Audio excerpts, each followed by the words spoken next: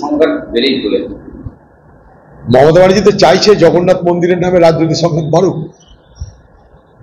তাদের কোনো নেতা বলছে মসজিদ হবে, কেউ বলছে মন্দির হবে। রাষ্ট্রের কাজ মন্দির বা মসজিদ বানানো নয়, রাষ্ট্রের কাজ মানুষের কল্যাণ করা। যে রাজ্য আছে রাজ্যের কল্যাণ, রাজ্যের অগ্রগতি, রাজ্যের বিকাশ। কেন্দ্রেরও কাজ একইভাবে রাষ্ট্রের বিকাশ, রাষ্ট্রের অগ্রগতি, রাষ্ট্রের উন্নতি। এখানে আমরা দেখছি অদ্ভুতভাবে মন্দির নির্মাণের প্রতিযোগিতা চলছে এবং সেই প্রতিযোগিতা আগামী বিধানসভা ভোটকে সামনে রেখে।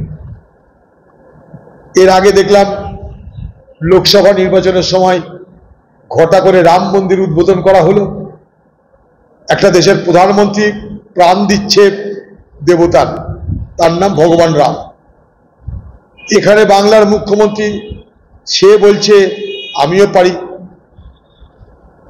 জগন্নাথ মন্দির তৈরি হলো সরকারি টাকায়, সমুদ্রের ধারে সরকারি টাকায় মন্দির নির্মাণ হচ্ছে, আর সেই দেবতার প্রাণ দান করবে আমাদের দিদি মমতা ব্যানার্জি।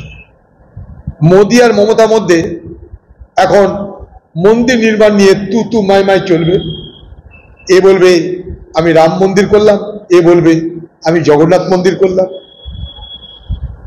এবং উদ্দেশ্য হচ্ছে নির্বাচনের আগে হিন্দু ভোটকে অনেক বেশি করে তাদের পক্ষে নিয়ে যাওয়া, এই হিন্দু ধর্মকে, হিন্দু মন্দির প্রতিষ্ঠার মাধ্যমে এই ভাবাবেগকে জাগিয়ে দিলেন।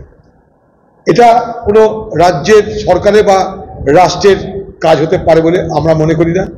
ধর্ম যেমন যেখানে আছে, যার যার আছে তারা করুক, কিন্তু সরাসরি মুখ্যমন্ত্রী, প্রধানমন্ত্রী তারা যদি মন্দিরের দেবতাদের প্রাণ দান করে তাহলে বলার কিছু নাই। আপনারা মানুষের প্রাণ দান করুন।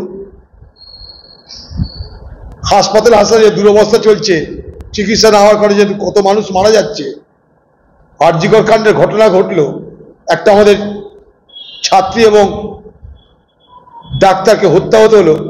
আপনি তাদের প্রাণদানের ব্যবস্থা না করে আপনি জগন্নাথ মন্দিরের মূর্তিকে প্রাণদান করতে প্রস্তুতি নিচ্ছেন।